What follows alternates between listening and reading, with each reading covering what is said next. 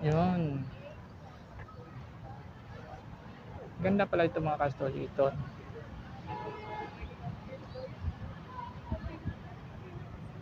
Ito yung tinatawag nila na Plaza Independencia. So dati may may mga malaking puno dito dati.